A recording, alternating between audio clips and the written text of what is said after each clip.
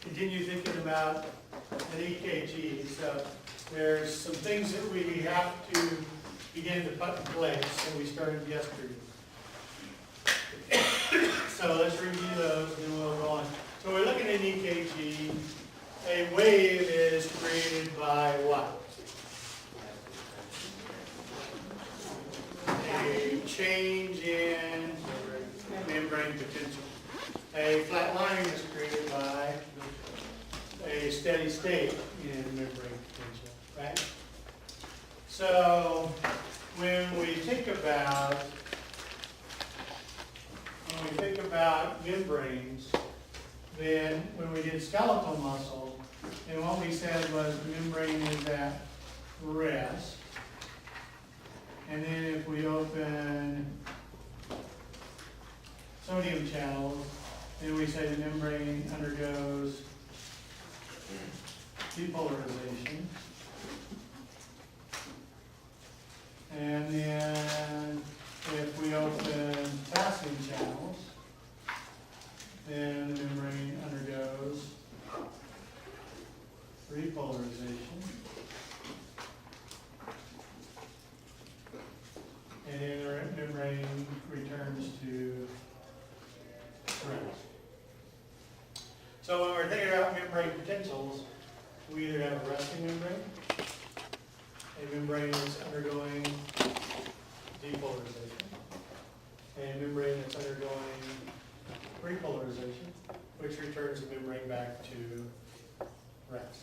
Okay? So the difference we have to make with cardiac physiology is that the depolarization process is a two-step process. Okay? And involves the influx of, so and just as a quick review, this would be outside or interstitial fluid, and this would be inside the cell or the cytoplasm. All right. So remember, sodium's influxing inward. There's an outflux of potassium, right? So with cardiac physiology, what we end up with is a second set of channels that open, and they allow calcium to go into the cell. So the depolarization process is then divided into two steps: the influx of sodium followed by an influx of calcium. Okay? So what happens is sodium moves rapidly, so we call this rapid depolarization. And calcium moves slowly, so we call this slow depolarization.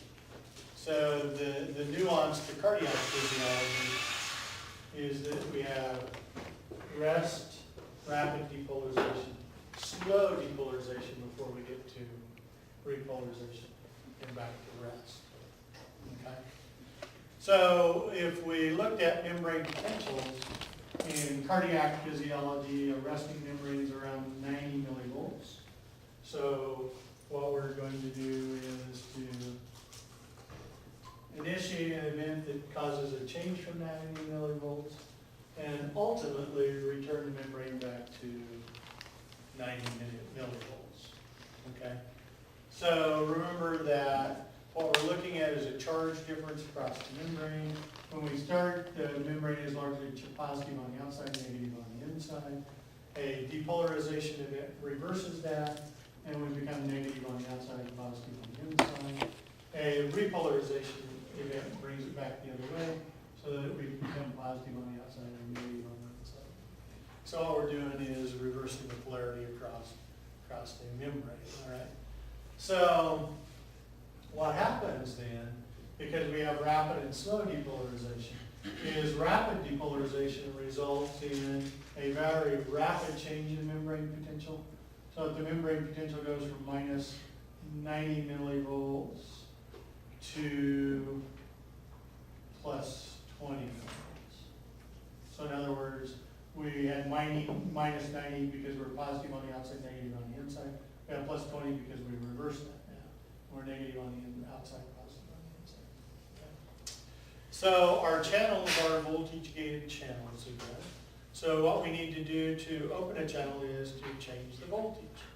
So I didn't write it up here, but we talked about threshold last time. So you have to have a threshold event.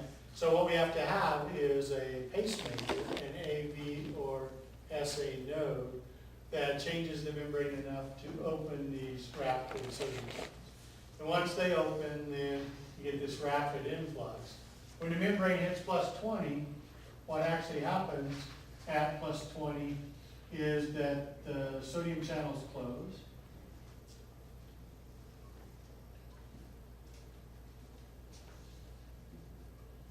And the calcium channels open.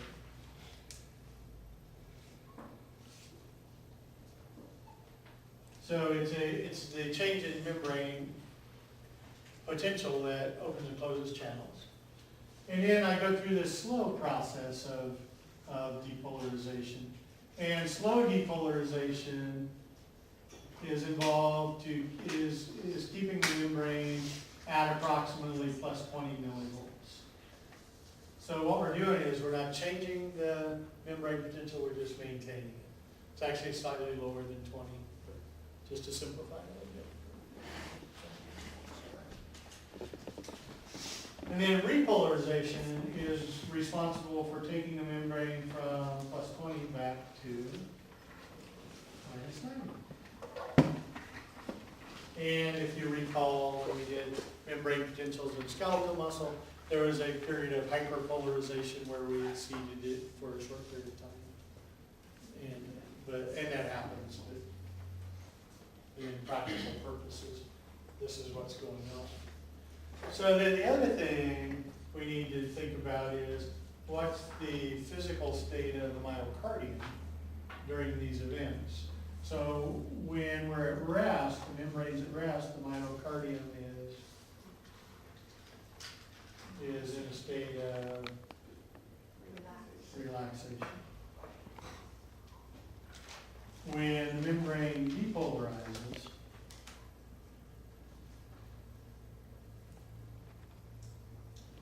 then that initiates a contraction.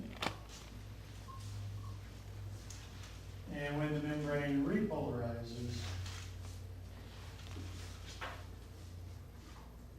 that initiates a relaxation again. So I probably should change this to relaxed. And then at rest it stays in a relaxed phase. So what I have to do with the heart is I have to let the heart be non-active for a short period of time.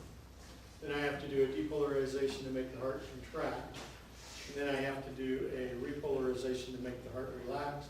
And then the heart will stay relaxed for a short period of time. Okay. So to connect that to clinical events, the pulse you feel, the bump, is directly related to ventricular contraction. And so that's how we can take a pulse and know what your heart is doing in terms of how many times your heart, quote, beat, or how many times we had a cardiac cycle. Okay? So, because what happens is when the ventricle contracts, it pushes blood through the arteries, increases the pressure on the inside of the artery, and the artery wall expands due to that pressure. When the ventricle relaxes, then the pressure in the artery drops and the artery recoils back to its original size, which is why we can do a pulse, is we're dependent upon that stretch of the artery wall and a recoil back, right? All right, so what we think of then in terms of that is that from the start of one P to the start of the next P is one cycle. And in one cycle, the ventricle undergoes a contraction and relaxation, and the atria undergoes a contraction and relaxation. So different parts of the heart are involved in that process, okay? So then the other thing we have to remember, and I'm not a very good artiste, so I just draw crude hearts. But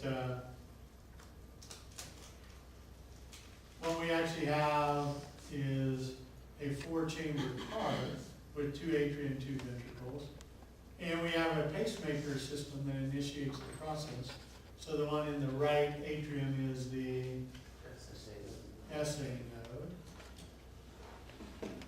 Then one here in the bottom of the right atrium that has fibers that run down into the septum and then into the muscles itself is the AV node. So our pacemaker system is designed to initiate a cardiac cycle in the upper chambers of the heart, and then to initiate a second depolarization event in the lower chambers. So the pacemaker system is responsible for initiating that. So what the SA node does is cause a depolarization of the atria. And then the AV node causes a depolarization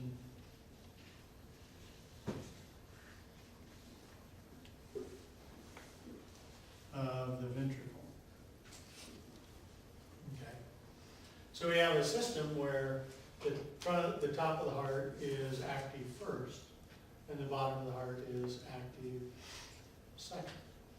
So then within a cardiac cycle, what that tells us is the first part of EKG is the atria, and the second part of an EKG is activity of the ventricle. So what we're doing is we're looking at the activity as it relates to what's going on. So what's going to initiate the start of a cardiac cycle? So the SA node initiates the start of a cardiac cycle. What's going to initiate depolarization of the ventricle? Depolarization of the ventricle. So the SA node causes depolarization of the atria. So what node is going to cause depolarization of the ventricle? AV node. Where would it be at the same place? Or would it be somewhere over here, right? So if we know that the P wave is atrial depolarization, and if we know QRS is ventricle depolarization, then we would know that the SA node, the AV node, has to be actually here, okay? Then our only wave left is the T wave, and then we would start another cardiac cycle, okay? So, second background information that becomes important is that a wave is a change in membrane potential. A flat line is no change in membrane potential. So if a membrane is at rest, it would be a flat line. If a membrane is undergoing depolarization, it will be a wave. If a membrane is a rapid depolarization, if a membrane is undergoing slow depolarization, it's going to be a flat line because we're maintaining a membrane potential.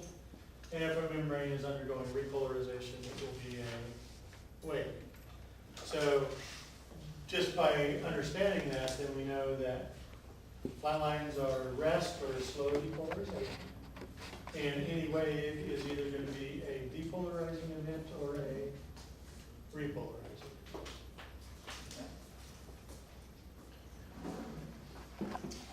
So the SA node causes what?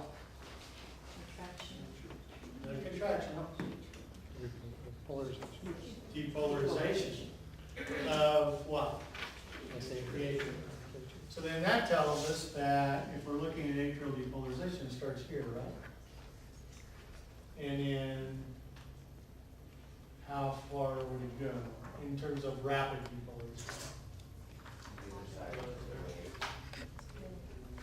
So a wave is rapid depolarization. So when I know in this period of time I have rapid depolarization,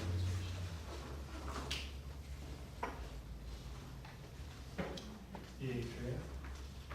A flat line that would follow a rapid depolarization has to be a slow depolarization.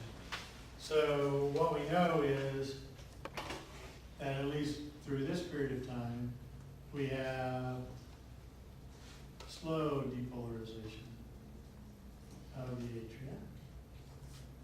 So what would QRS be a measure of? So QRS is a rapid venting. So rapid depolarization of what? Ventricle. What would follow it should be a flat line which would represent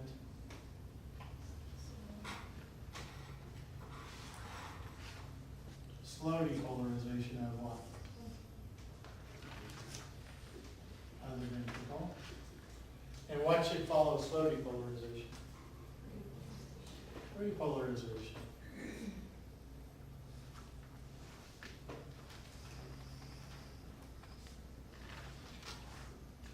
Which would bring the membrane back to rest. Okay? And what did we start over here at? So what's missing? The atrial repolarization. And it's missing because atrial repolarization occurs at the same time that ventricular depolarization is occurring.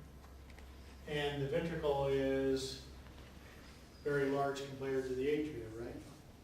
So what the EKG picks up is an enormous depolarization event of the ventricles and not the atria. So then we have to remember that atrial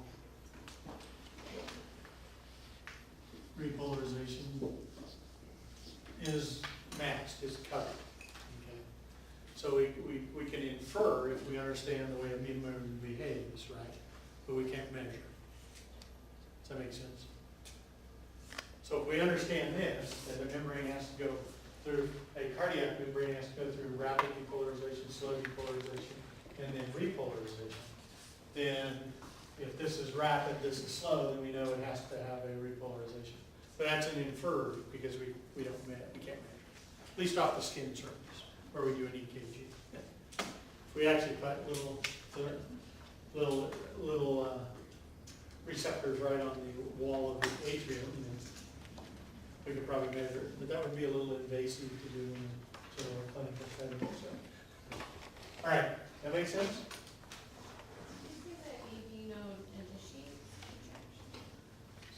No, I said depolarization. We're going to connect contraction to depolarization, but we have to think about something first.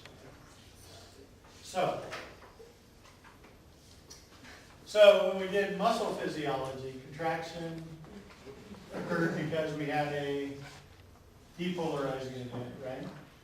And relaxation occurred because we had a repolarizing event. So when we did skeletal muscle, and we did a single twitch and grafted, when we did lab 3, we got this cool little graph. And if we know the stimulus occurred here,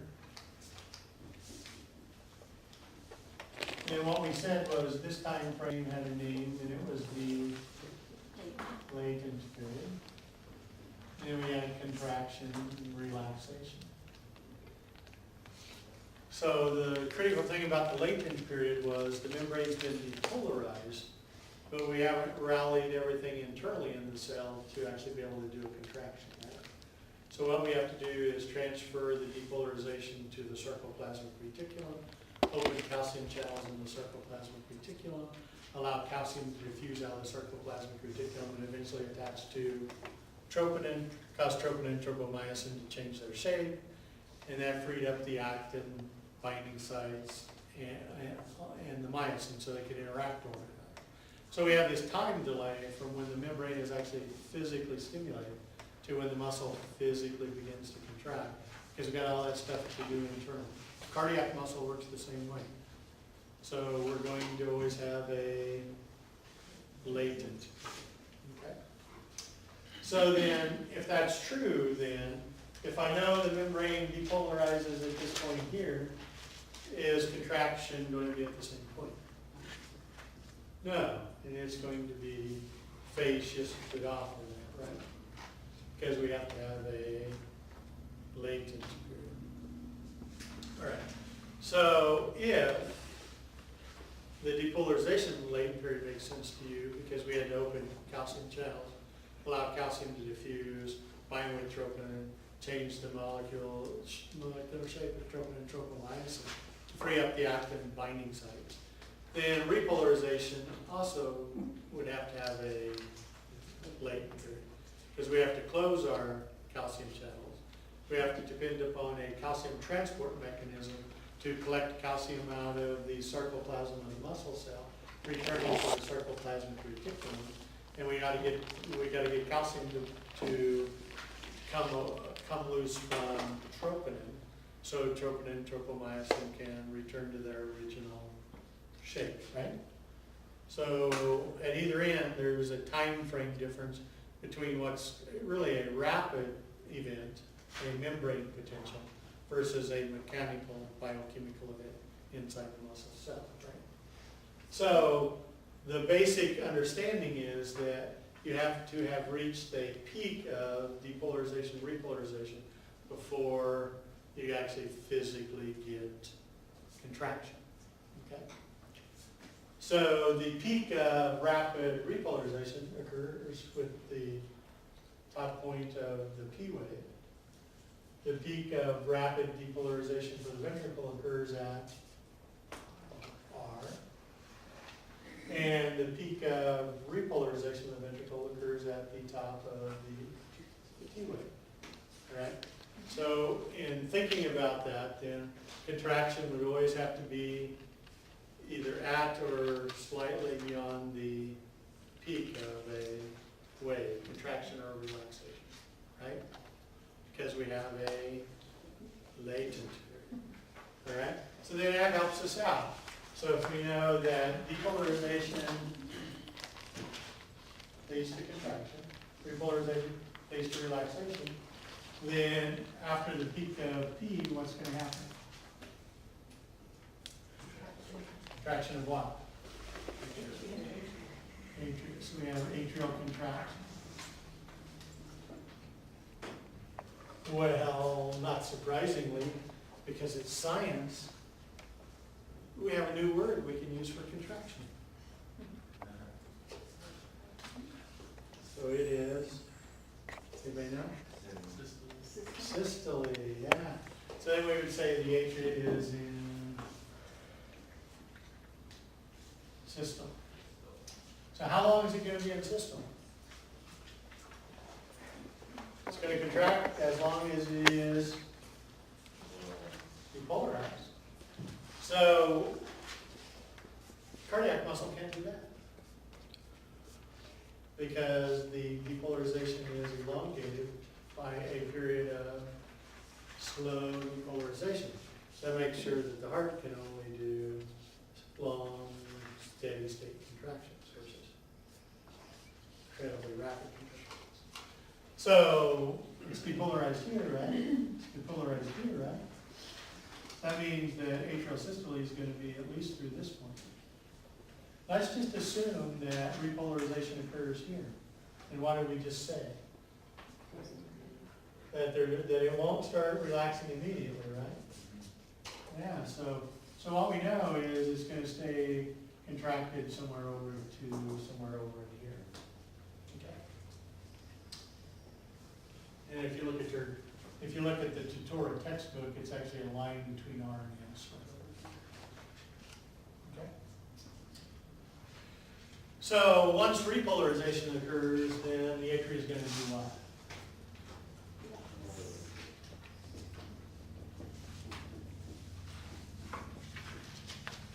And not surprisingly, we have a new word for being relaxed. It's diastole.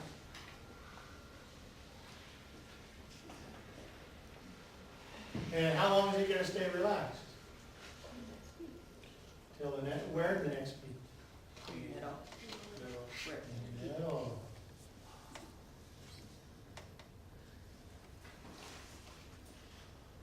So in a cardiac cycle, the atria contracts, but it spends more time relaxed than contracted. So the atria gets to take a little cat nap every cardiac cycle. Isn't that cool? Makes you want to be an atria, right? You can take a nap every. Pardon? I know, it's a very short nap. So, where would the ventricle contract?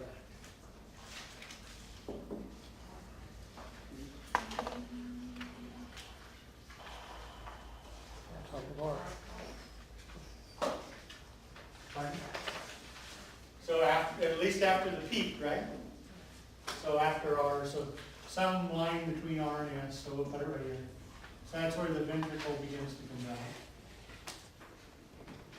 which we would say is systole. How long is it going to stay contracted?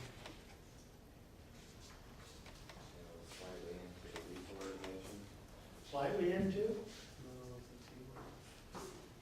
Till at least when? A little ways into somewhere in the repolarization. Somewhere? What did we say? What did we say? You had to reach a peak first, right? Yeah. Oh, after the season. Okay. All right. So somewhere over here is ventricular systole. Well, look at what's happening. When the ventricle is in systole, the atria is in diastole. So what's fascinating, and now let's continue that thought. So now the ventricle entered diastole here, right?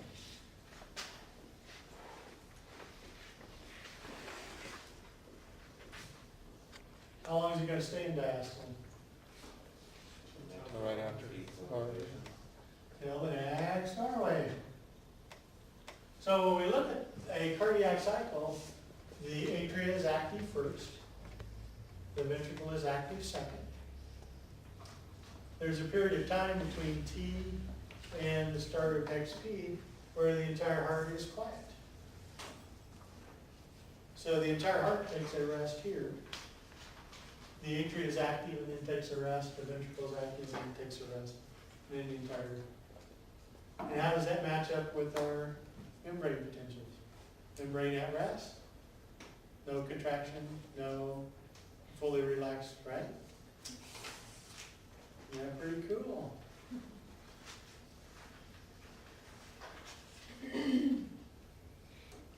All right, so the other way we measure a cardiac, we could do a cardiac cycle, is listen to someone's heart. If we listen to someone's heart, we anticipate two sounds as a combination of a cardiac cycle. A lub followed by a dub. So a lub dub would represent one cardiac cycle. Okay. So the sounds that are made are due to the closing of valves. So we got to modify my little picture here a bit from depolarization to repolarization. And what I have to do is also modify the top of my hair a little bit so that I have a blood vessel coming out of my right ventricle have a blood vessel then coming out of the left ventricle. So the blood vessel out of the left ventricle is the aorta. And the blood vessel out of the right ventricle is the pulmonary trunk, right? And what I have is a valve between the atrium and ventricle, so these valves are called AV valves. And the one on the left side is bicuspid, one on the right side is tricuspid. Then I have a valve at the bottom of both arteries, which are referred to as semilunar valves, and we denote them by the aortic semilunar valve or the pulmonary or pulmonic semilunar valve, right? Well, valves are flaps of connective tissue that change their relative position. And what changes the relative position of a flap of connective tissue is a change in pressure. And what causes a change in pressure is either a systolic event, something is contracting, or a diastolic event, something is relaxed. So my AV valves want to open so I can move blood from my atria to my ventricle. To open these valves, I would have to have a positive pressure where? A greater pressure in the atrium. And I would have to have a negative pressure in the ventricle to open the valves. Okay, so what we're going to do, which is not true because they act together, but just, so we're going to have one closed over here. So what would close the valve? Where would my greater pressure have to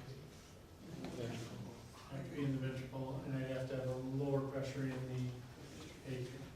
And now we close the valve. Okay, so what I'm going to do is enlarge the aorta. Here's the valve. It's in communication with the ventricle. So here's the ventricle. Here's the aorta. So if I want to open this valve,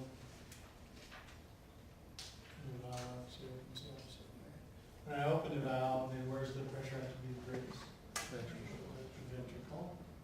I have to have a negative pressure up here to open the valve. So then I can pump blood, so I want to open the valve. And then if I wanted to close the valve, what would I have to have?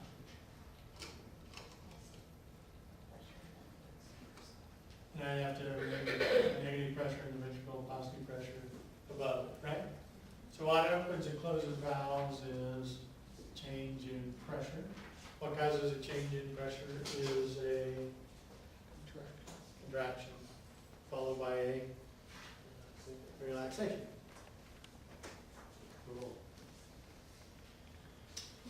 So where to start?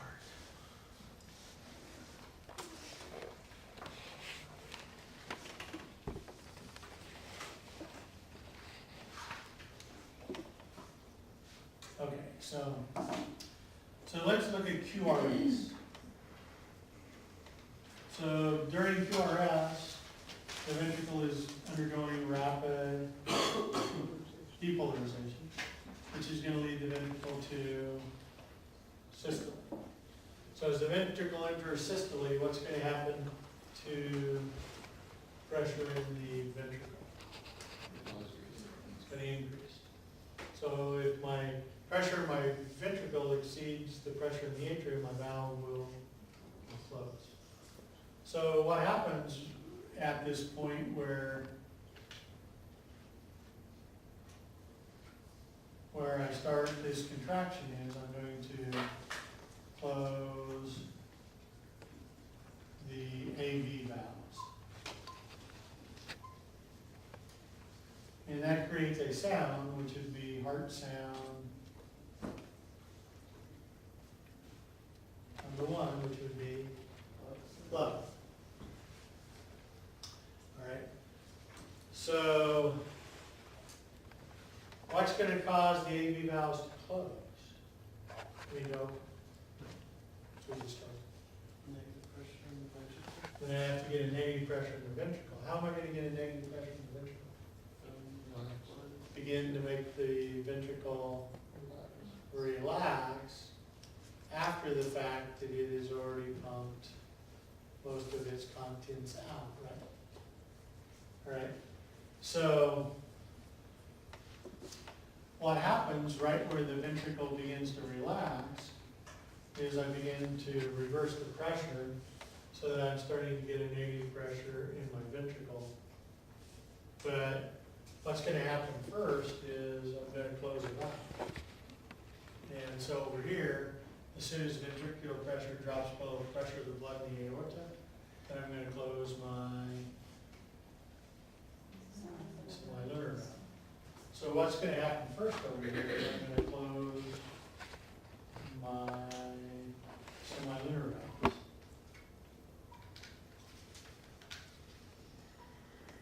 Which will create heart sound number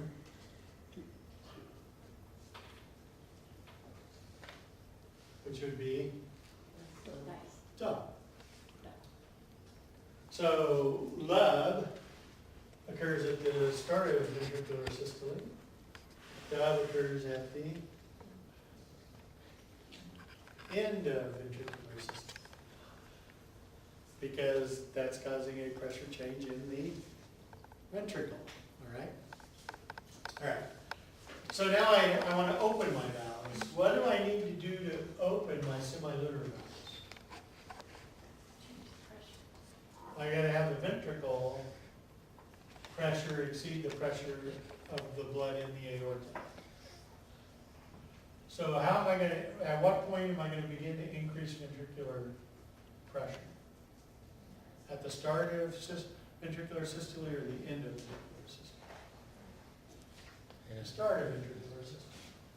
So there's a second point right here, about right here, where the semilunar valves open.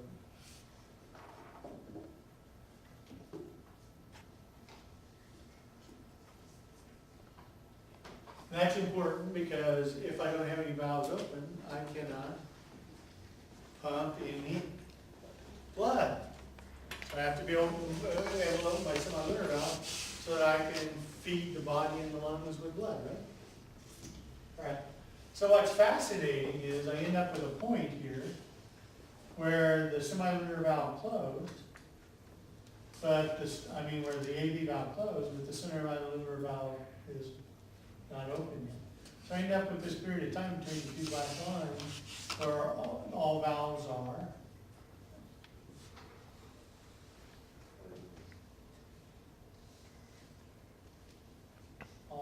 closed.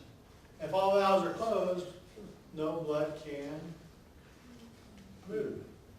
So I could use a word that would denote that no blood can move. So when we talked about osmosis, what prefix did we use to mean equal pressures or equal concentrations? ISO. So ISO says we have equal something, right? So we can start the word with ISO. And then what's equal? The valves are closed, so no blood is flowing. So we would measure blood and what? Volume, right? So isovolumetric.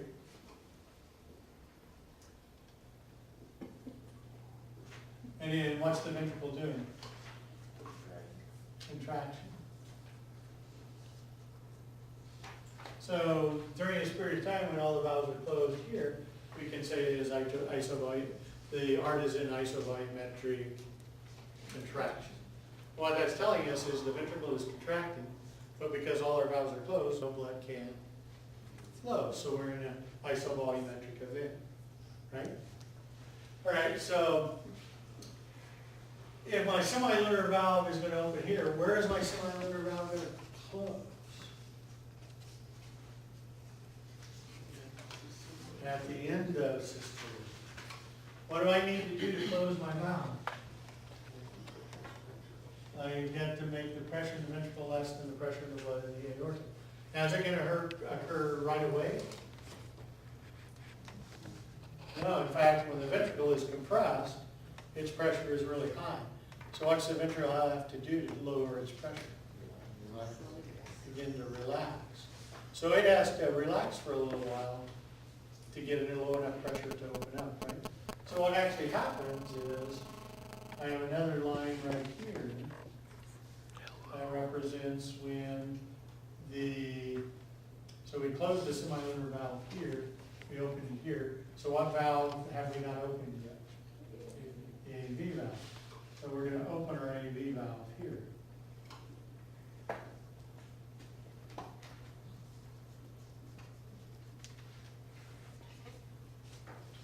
Okay, but now I have a valve that closed, and I have a valve that didn't open. So I'm going to have a second period of what? All valves are closed.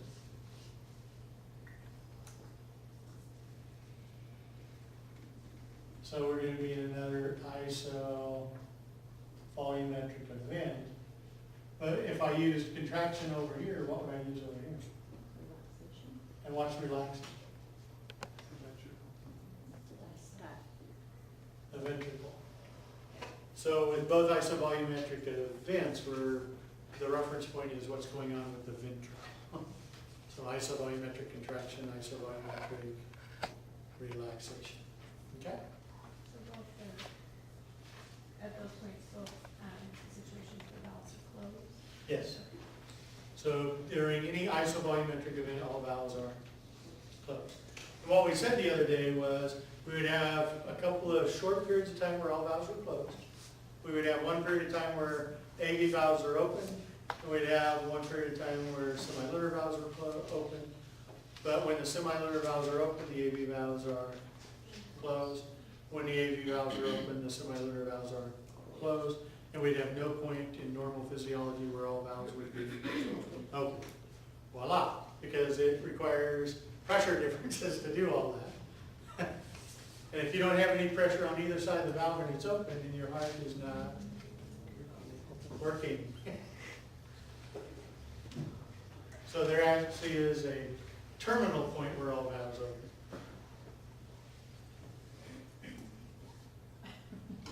And you're dead. So, does that make sense? There is murky blood? Yes. So the AV valves are open from the end of the T wave all the way to between the R and S.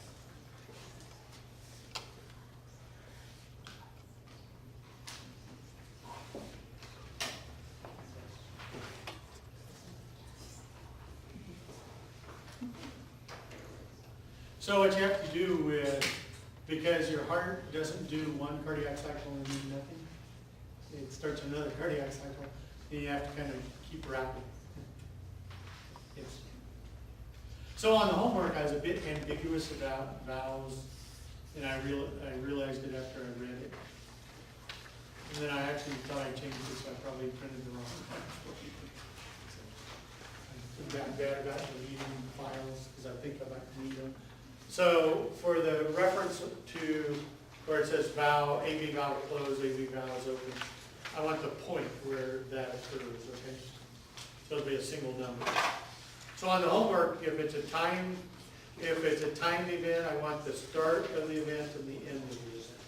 So for example, atrial systole, I would want a number related to this and a number related to that. But if it's something like a heart sound, I just want the start of the event. Where's the valve closed? Okay, that makes sense. On the homework, is the QRS the 568? Well, Or is it? ideally, if it's not a flat line, it's actually a wave. So it would be from where you left baseline to where you go back to baseline.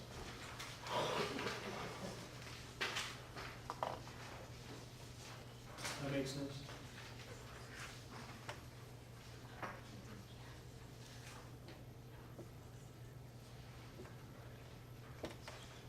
Why does that ventricle wave drop first? It's actually a mechanical event for the instrument. But interestingly, a mechanical event that becomes uniform.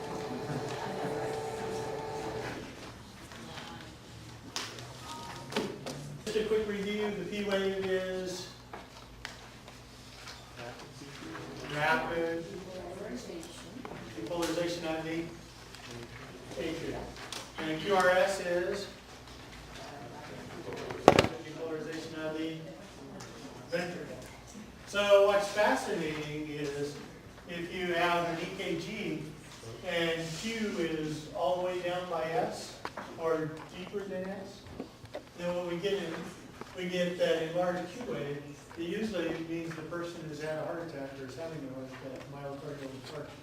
So that's what we do when you put someone on a treadmill. You're running EKGs while they're on the treadmill, and you're watching those EKGs. See that Q wave drop? It's like, stop. 30 time. Let's go. All right. So T is a measure of ventricular repolarization.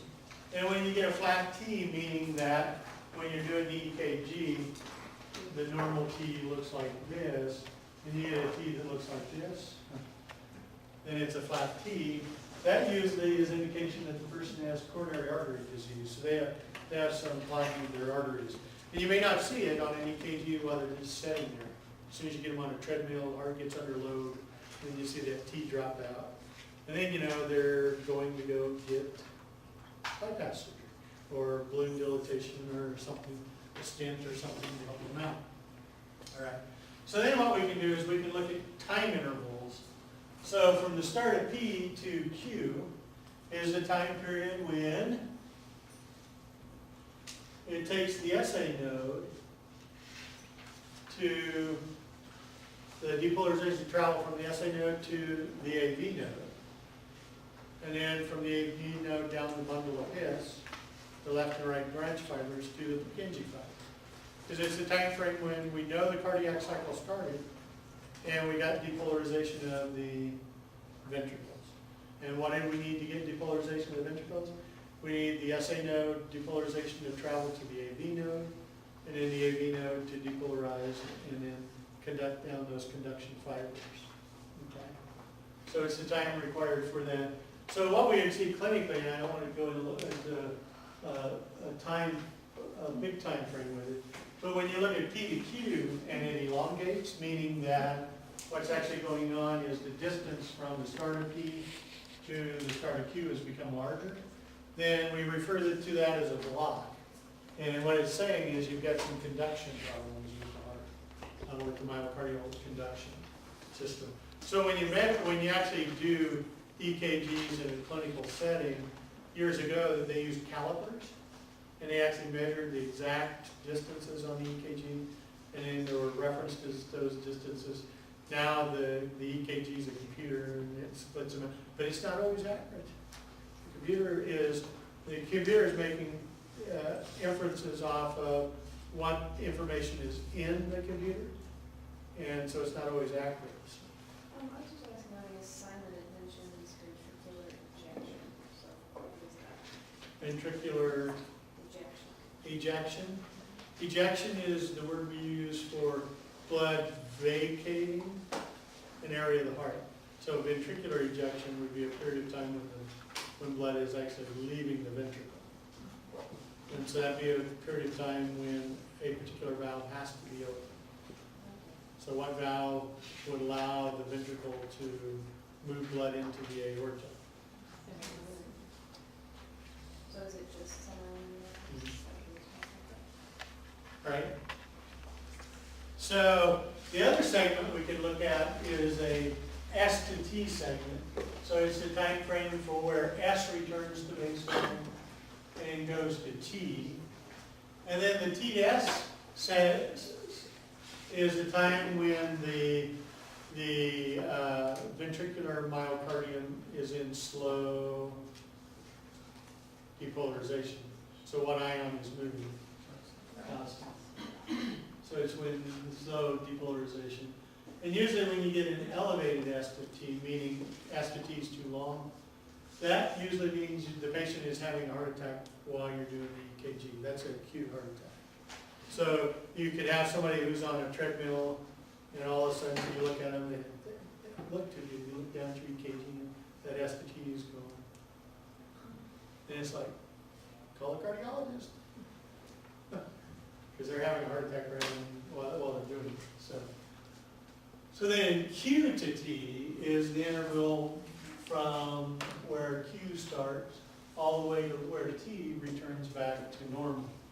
So Q to T is the time frame that it takes the ventricle to completely go through its rapid depolarization, slow depolarization, and repolarization. So it's the entire time frame that it takes the ventricular myocardium to go from rest back to rest. And usually if that's lengthened, so you have a patient who's doing an EKG and that's lengthened, that usually tells you that they have had a heart attack. They had a heart attack sometime in the past. And sometimes people have heart attacks at night when they're asleep. They're not major heart attacks and they don't kill them. And they wake up and they never know it.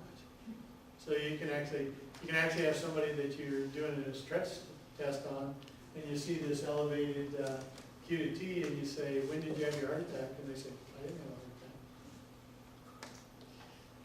So, well, the machine suggests that's what you did. Yeah. All right. So now to terms. So atrial systole, atrius contracting, atrial diastole, atrial relaxing, ventricular filling. Where's blood going from to? It's going from the atria to the ventricle. What valve has to be open? AV valves. Okay. Now that's kind of a cool time frame. And so when you look at this chart, so it should be going up to the line. This should be where the AV valve opens up there. Notice that we've divided it into two time frames: rapid ventricular filling, so ventricular filling, and diastasis. So what causes blood to move? Pressure. And blood will move fastest if it's going from a significantly higher pressure to a significantly lower pressure. So when the ventricle first begins to relax, and it relaxes further and further and further, what's happening to the pressure in the ventricle? It's dropping, right? So as the ventricle completely relaxes, its pressure significantly drops. But you got all this blood in the atria because the valve has been closed. So as soon as the AV valve opens, you've got a strong positive pressure in the atria and a negative pressure in the ventricle. So blood's going to move quickly. So that results in a period what we call rapid filling. But now let's think about that. What's happening to the ventricle as I put blood in? Pressure increases. The pressure increases. So as I fill my ventricle, the atrial and ventricular pressures get closer and closer together. Then I reach a point where blood doesn't flow much because my pressures are equal, and that's diastasis. So what I have is I have ventricular filling that is quite rapid at first, and then slows way down because my pressures are becoming equal, right? So if I need to put more blood in my ventricle, but my pressures are equal, I have two choices. I can somehow make ventricular pressure lower, or I can make atrial pressure higher. So what do you think might work best? Make atrial pressure higher. How would I do that? Contract the atria. So what you'll notice is during the period of time that the atria is in systole, I'm pumping blood into I'm now physically pumping blood into my ventricle. So this is a passive event, and this is a forced event. So we can kind of think of ventricular filling as being a passive event, and it will only work if your pressures are different. And once your pressures are equalized in diastasis, the only way you're going to put more blood in your ventricle is to force it in. So essentially what we're doing is we have passive filling during this period of time, and then we've got forced filling during atrial systole. That's the importance of atrial systole. You could have a person who has no atrial function. They don't contract at all. And they would be asymptomatic probably if they never exercise. Because you can fill the ventricle enough to maintain the oxygen need if it's low. But as soon as they would start exercising, then they couldn't force fill the ventricle to get more blood flowing, pumping, and they'd get into trouble. Yeah. So it's pretty amazing when you think about it. All right. So then the question was ventricular ejection that was asked. So what did we say? One valve has to open. Semilunar. So as long as the aortic or pulmonic semilunar valves are open, then the ventricles are ejecting blood. They're empty. And so the ventricle would be in what state at that point in time? Diastole or systole? Systole. So ventricular ejection is equal to ventricular systole. Right? Then ventricular diastole is the period of time when ventricles are relaxed, right? So is there ever a period of time where both the atrium and ventricles are relaxed? When would that occur? A time frame. From what wave to what wave? From the end of the T to the start of the P. Yep. Very good. So isovolumetric contraction, when's that going to occur? At the start or the end of ventricular contraction? Yeah.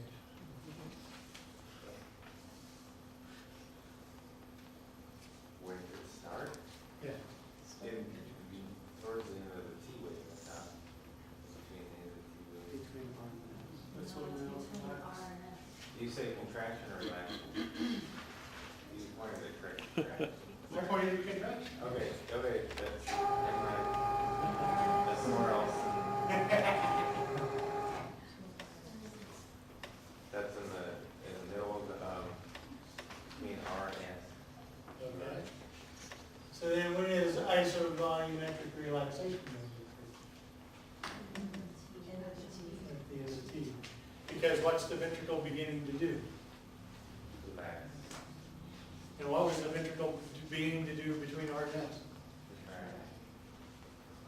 So these isovolumetric events are at the start of ventricular contraction, isovolumetric contraction, and at the start of relaxation, isovolumetric relaxation. Very good.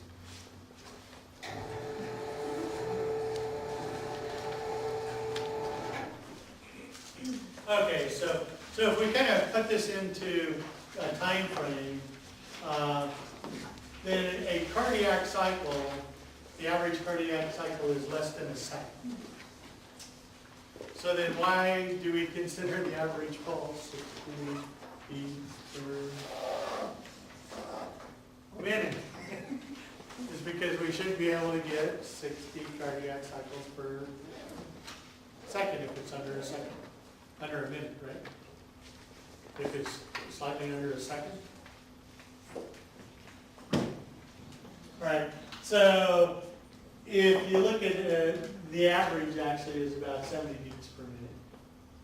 So the atrial systole, the time the atria is in contraction is 1/10 of a second. The time the ventricle is in contraction is 3/10 of a second, so the ventricle contracts 3 times longer than the atria. And then the heart relaxes after that. So that's pretty amazing. Out of 8/10 of a second, the heart is really functionally only active for half of that. And the atria is active first, the ventricle is active second, and then everybody is taking that little cat nap. So the heart gets a 4/10 of a second cat nap every second. Is that just the ventricle slackness? Yes. All right, so that's kind of cool to look at. But in the perspective of trying to connect what we clinically think of as a normal pulse rate with what's really going on with the heart. Okay, in that. All right. So I've got 2 volumes of the heart that I can actually measure. The only time time I can really measure a volume of the heart is if no blood is flowing. Because then I have a defined volume. If blood is moving, I never have a defined volume. And what they do is they can take an image of your heart, put it in a Mac computer, and the Mac computer can take that image and create a three-dimensional volume out of it. All right, so where's the only point in time where there's no blood flow in the heart? Or I should say points of isovolumetric contraction, isovolumetric relaxation, when what's going on? All valves are closed. So the two volumes that I can measure is in diastolic volume and in systolic volume. So diastole is, when the ventricle is relaxed, and systole is when the ventricle is contracted. So what's end in front of that mean? The end of the contraction and the end of the relaxation. So is in diastolic volume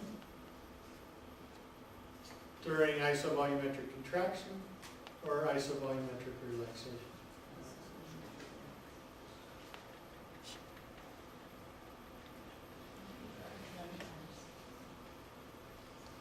So does everybody agree with contraction? Or do we have some relaxation? Well, so the word is in diastolic volume. So that means it's the volume in the ventricle at the end of ventricular diastole. Relaxation. So that would be isovolumetric relaxation. Contraction. It happens right when contractions. It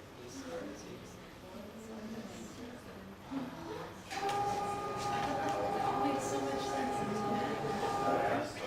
All the way to the next one. Okay, so ventricular systole, ventricular diastole. Where's in diastole?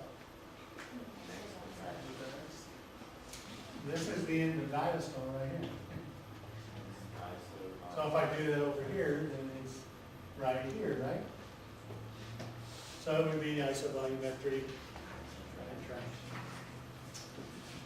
So then the other one has to be isovolume in systolic volume has to be during isovolumetric relaxation. So in diastolic volume can be thought of as the available blood to be pumped, because it's the blood in the ventricle when the AV valve closes and before the semilunar valve opens. And in systolic volume is the retained blood in the ventricle when the semilunar valve closes and before the AV valve opens. So you've got blood available to be pumped, retained blood in the ventricle. So if you know the amount of blood that was available to be pumped, and you know how much blood didn't get pumped, then you can mathematically calculate how much blood actually got pumped, right? Does that make sense? So if in diastolic volume is the blood that could be pumped,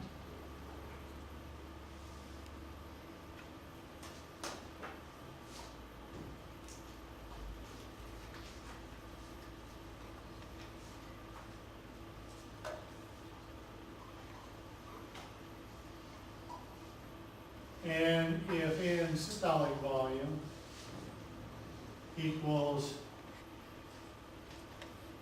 blood that didn't get pumped,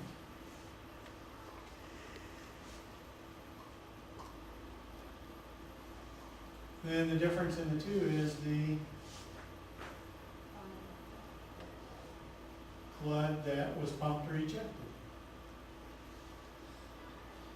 So it's the amount of blood that vacated the ventricle. So we could say blood that got pumped.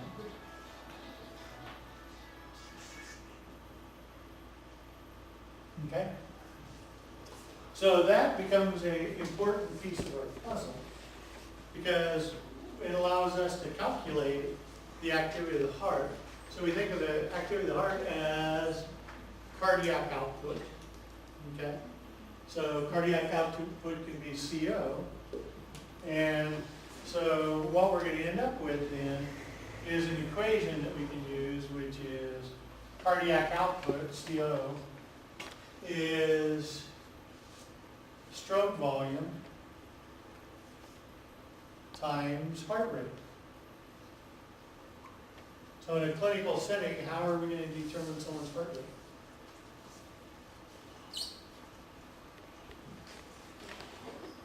Take their pulse. How are we going to determine stroke volume? We have to have pictures of the heart to do that. So essentially, this is stroke volume. So in diastolic volume minus in systolic volume is a stroke volume. And then if we know stroke volume and we know heart rate, we can calculate cardiac output. And so cardiac output then is the total blood pumped out of the heart in a minute, because we do heart rate by beats per minute. So what we end up with, which is a volume statement times beats per minute.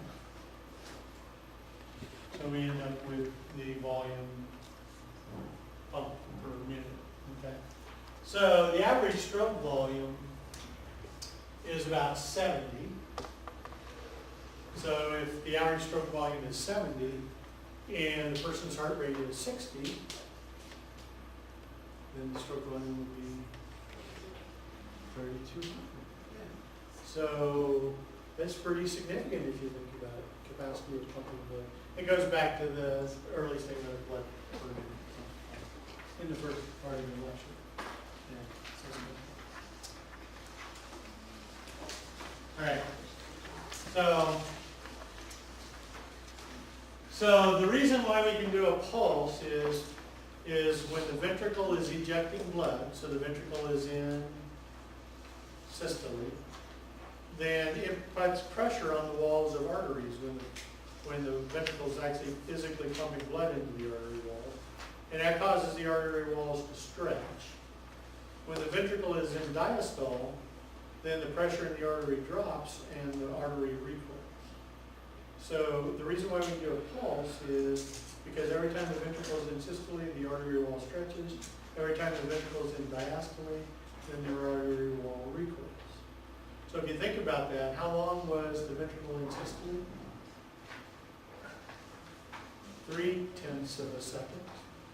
How long was the ventricle in diastole if it's an 8-second or cardiac cycle? 0.5 of a second, right?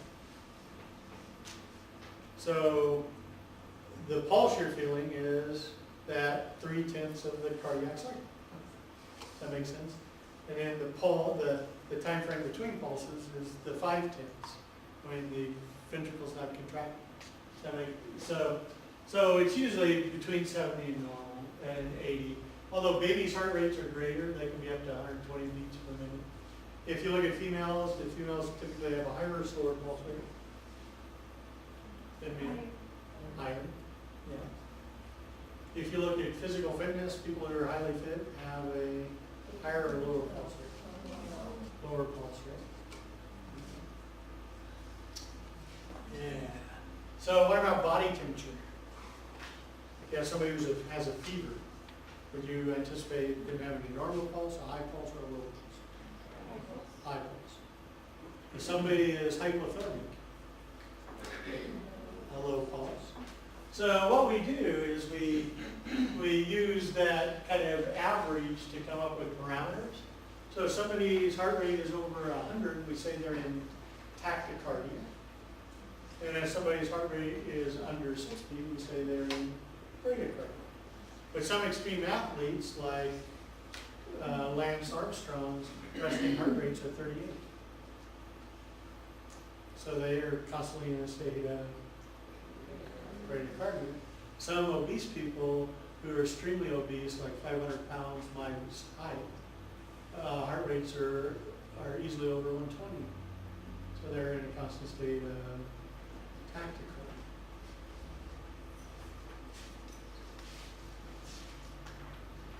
So cardiac output, which is our value for the amount of heart blood pump per minute, is impacted by several parameters in the heart. And so what I want to concentrate on first is preload and afterload. So preload and afterload, the ending word load implies what? Measurable value, right? And it's going to be volume of blood. So pre and after is a reference to before something and after something. So when is blood ejected from the heart? During ventricular systole. So preload must be before or after ventricular systole. Before, because it's pre, right? And afterload must be at the end of the system. So preload is directly related to this value, which is in diastolic volume, which is the amount of blood in the ventricle available to be pumped, right? So the more blood you put in the ventricle, the more the wall of the ventricle is stretched.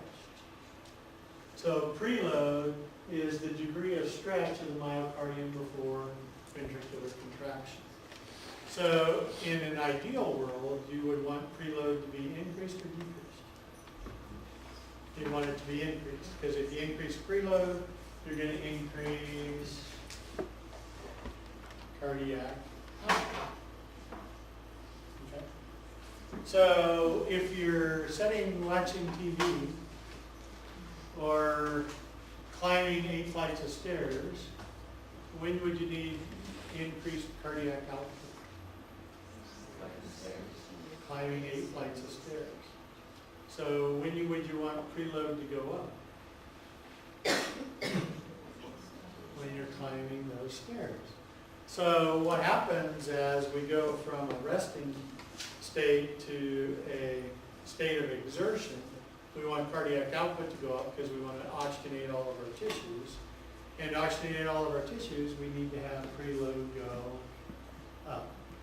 Now what's fascinating with preload is the blood available in the ventricle to be pumped.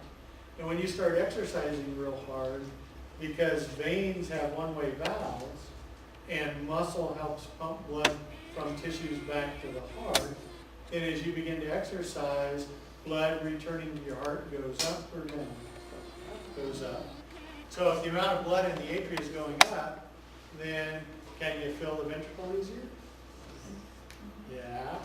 So preload goes up, and cardiac output goes up. So exercise itself and the contraction of muscles and an increase in respiratory rate all leads to increased blood flow back to the heart, which helps us increase preload, which helps us create greater cardiac output. Isn't that cool?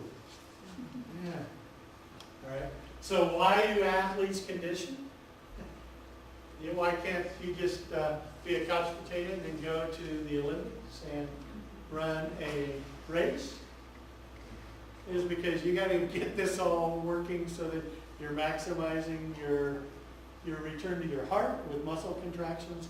So you're maximizing preload in the heart so you can increase your cardiac output. That's part of that physical conditioning when we talk about cardiovascular exercise. Yeah. So what's afterload? It's the force or pressure that the ventricle myocardium must exceed to open the semilunar valve. So what we said was, and if we just look at the left side, then we have an aorta, right? And there's blood in the aorta. And at the bottom of the aorta, we have a semilunar valve. So the ventricle, when it begins to contract, decreases in volume. And if I decrease volume, what happens to pressure? It increases. So by starting to contract my ventricle, I'm increasing the pressure in my ventricle. But I cannot open the semilunar valve until the ventricular pressure exceeds the pressure of the blood here. So if I increase the pressure in my aorta, I take more contraction to open the valve, right? Okay. So when the valve is closed, but the ventricle is contracting, the AV valve closed, and the semilunar valve is not open yet. So what period of time is that? All valves are shut, so it has to be an isovolumetric event. What did we say the ventricle was just doing? It was getting smaller in size.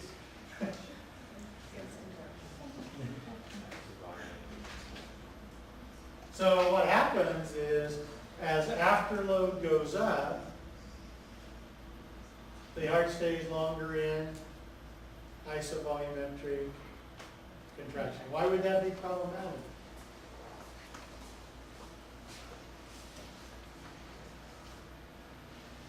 Takes more force. Well, so let's look at this time frame here. And these two events are during the period when the ventricle is in systole, right? So when the ventricle is in systole, it has part of that time frame in isovolumetric contraction, and the other part of the time frame is in ventricular ejection. So if I increase the time the heart stays in isovolumetric contraction, then I decrease the time that the heart is in ventricular ejection. So would cardiac output go up or down? Down. Aha. So I don't want to increase afterload. What I really want to do is increase preload, but do what to afterload? Decrease afterload. So for cardiac health, I want to increase preload, but I want to decrease afterload. So then, clinically, can I measure afterload? And the answer is yes. Okay. So when we do a blood pressure,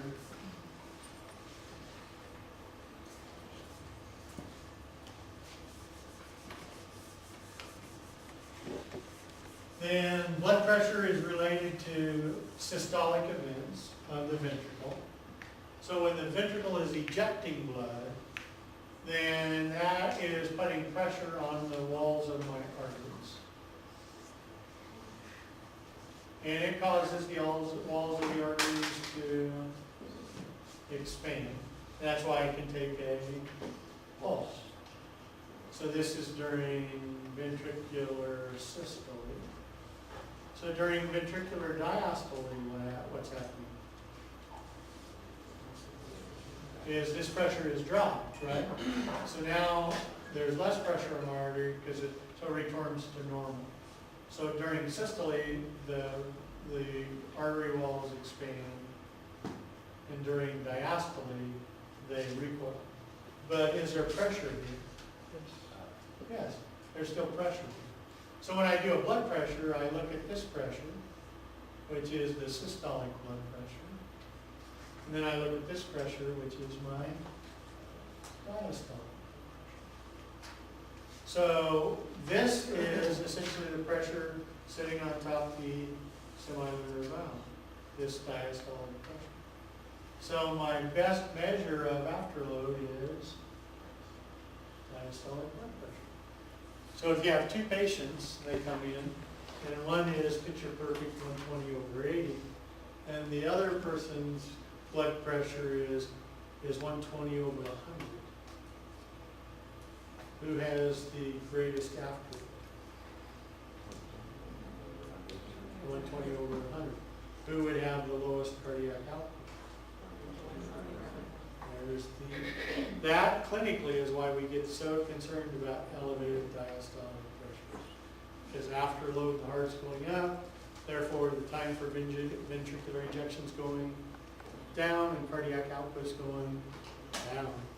That's why we manage diastolic pressures. Right there. Isn't that cool? So I'm out of time. I'm always out of time. But the good news is I'm almost done.